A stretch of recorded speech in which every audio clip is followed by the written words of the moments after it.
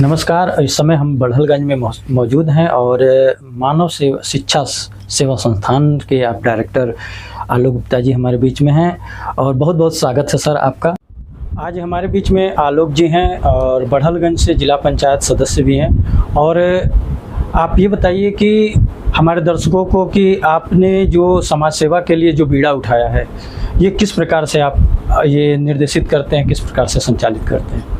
सबसे पहले तो आपको बहुत बहुत धन्यवाद और आपके चैनल को भी बहुत बहुत धन्यवाद और आभार दोनों देना चाहता हूं और करना चाहता हूं कि आप लोग जो है यहाँ पे आने का आप लोगों ने काम किया है और कहीं ना कहीं आपको लगा है कि समाज में एक बेहतर दिशा में काम हो रहा है और लोगों का जिसमें भला है, रोजगार है या लोगों का मान सम्मान है, तो कहीं ना कहीं आप लोगों ने इसको देखा समझा होगा तो आप लोग यहाँ पे आए। इसके लिए मैं तो बहुत बहुत हृदय से आप लोगों का आभार व्यक्त करता हूँ। और जो आपने कहा कि किस तरीके से इसको संचालित किया जाता है, तो ये मानव शिक्षा सेवा संस्थान जो परिवार है, एक तो मैं इसका प्रबंधक हूँ, मेरा नाम आलोक कुमार गुप्ता और इस गोरखपुर जिले के वार्ड नंबर 46 में जिला पंचायत सदस्य भी हूँ। और पिछले 20 वर्षों का जो इतिहास मेरा रहा है समाज सेवा का, कहीं न कहीं उसी का प्रेरणा और उसी का ही आशीर्वाद रहा कि वार्ड नंबर 46 में एक सम्मानित सीट होने के बाद भी वार्ड नंबर 46 से जनता ने अपना आशीर्वाद दिया और एक तरफा चुनाव जिताने का था। जी। अगर मेरा कर्म अच्छा नहीं रहा होता या मैं लोगों के बीच में बेहतर तरीके से नहीं रहा होता तो एक सम्मानित सीट पे एक गुप्ता परिवार के लड़के को चुनाव तो नहीं कोई जिताया होता। खासतौर से ये मेरा जो क्षेत्र है वार्ड नंबर 6 ये ब्राह्मण बहुल क्षेत्र है और आज तो आप लोग जान ही रहे हैं कि जातिवाद का ऐसा जहर घोला गया है क्षेत्र में और प्रदेश में, जहाँ सारा चुनाव जातिवाद पे ही आकर के टिकती है और वहीं आके खत्म है। लेकिन सबसे चीज से परे रखते हुए जनता ने एक अच्छे कार्य को देखा समझा और अपना आशीर्वाद दिया, अपना मत दिया, तो मैं जिला पंचायत। ये जो दक्षिणांचल है माना जाता है कि शिक्षा के फील्ड में काफ़ी सुधार लाने की जरूरत थी। ऐसे में आपको शिक्षा जगत में कार्य करने की प्रेरणा कहाँ से मिली? देखिए, शिक्षा जगत में अभी कार्य नहीं मैं कर पा रहा हूँ, अभी केवल उसके प्रति मेरा प्रयास जारी है। जी। अभी दो जगहों पे हम पूरा प्लान बना चुके हैं, एक देवरिया जिले में और एक आपकी इस गोरखपुर की खड़चड़ी ग्राम सभा में जहाँ पे आप लोग आए कि 2 जगहों पे हम विद्यालय देंगे जनता को और एक ऐसा विद्यालय देंगे जिसका नाम ओम साई एजुकेशनल एकेडमी के नाम से आने वाले दिनों में लोग जानेंगे। और एक ऐसा विद्यालय जिसमें बच्चों के लिए पूरी तरीके से इंग्लिश मीडियम की व्यवस्था, कोचिंग सेंटर की व्यवस्था, रहने की व्यवस्था, खाने पीने से लेकर हॉस्टल तक की व्यवस्था, यहाँ तक कि कापी किताब कलम ड्रेस जूता मोजा तक की व्यवस्था और एक ऐसा व्यवस्था जिसमें इंसान चाहता तो है कि मैं अपने बच्चे को एक अच्छे स्कूल में या इंग्लिश मीडियम स्कूल में पढ़ाऊं, लेकिन कहीं न कहीं पैसे के अभाव में गरीब या मजदूर और एक छोटा दुकानदार आदमी नहीं पढ़ा पाता। ऐसी स्थिति में हमने एक प्रयास किया है अपने मानव शिक्षा सेवा संस्थान के माध्यम से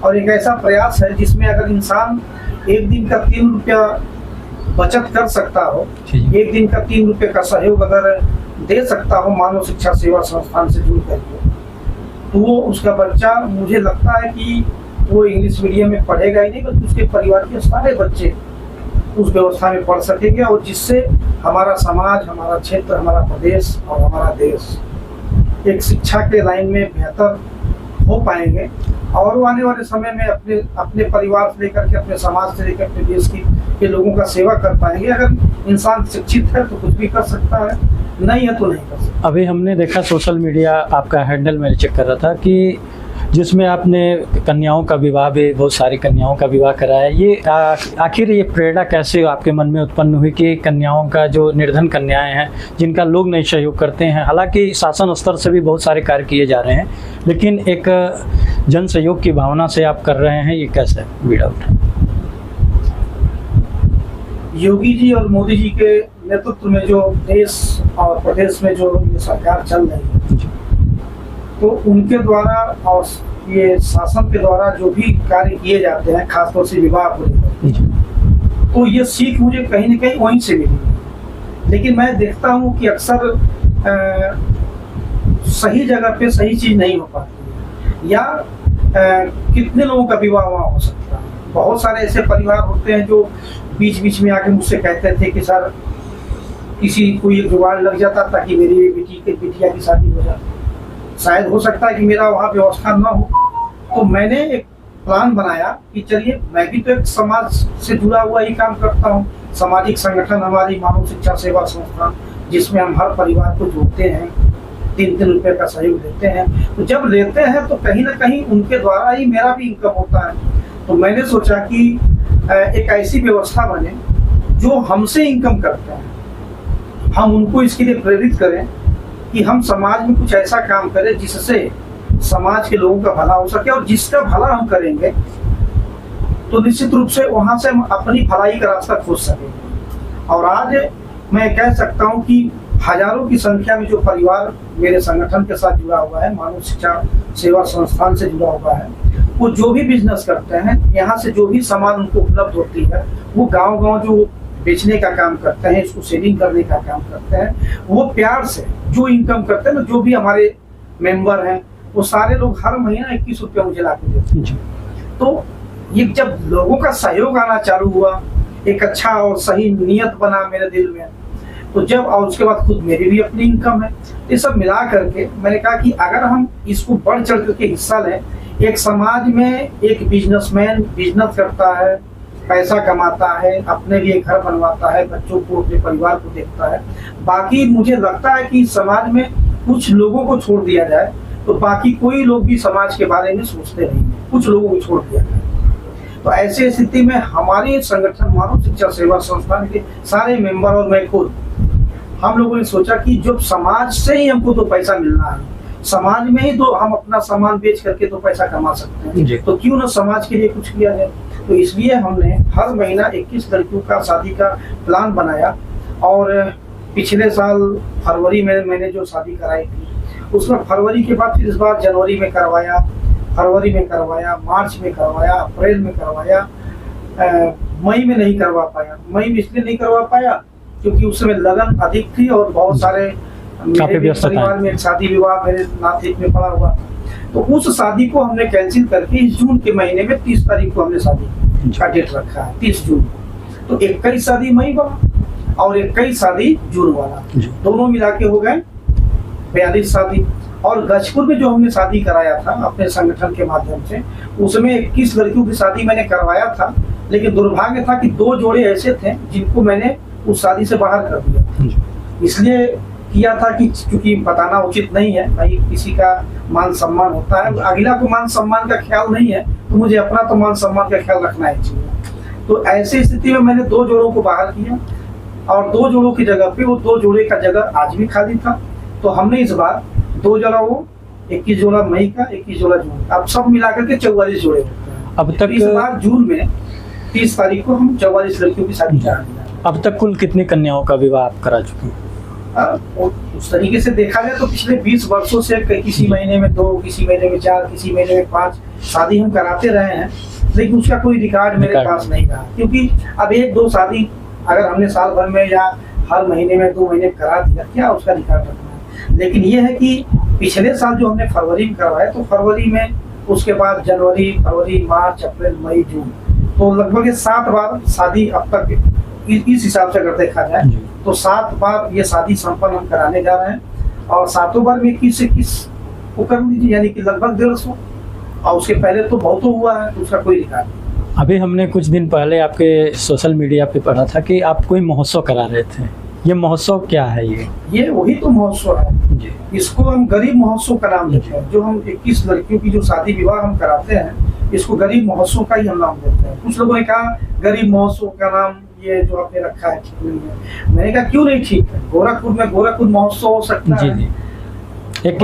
ये यूनिक भी कह लें कि गोरखपुर में गोरखपुर महोत्सव हो सकता है, बड़हलगंज में सरजू महोत्सव हो सकता है, तो फिर खड़ेसरी या मानव शिक्षा सेवा संस्थान के माध्यम से गरीब महोत्सव क्यों नहीं हो सकता है। आज जो परिवार, आज जो बेटियां, जो बेटे विवाह में आते हैं अपनी शादी करने के लिए, उनके गार्जियन लेके आते हैं, अगर उनकी स्थिति बेहतर रहती तो फिर वो क्यों आके यहाँ शादी करा?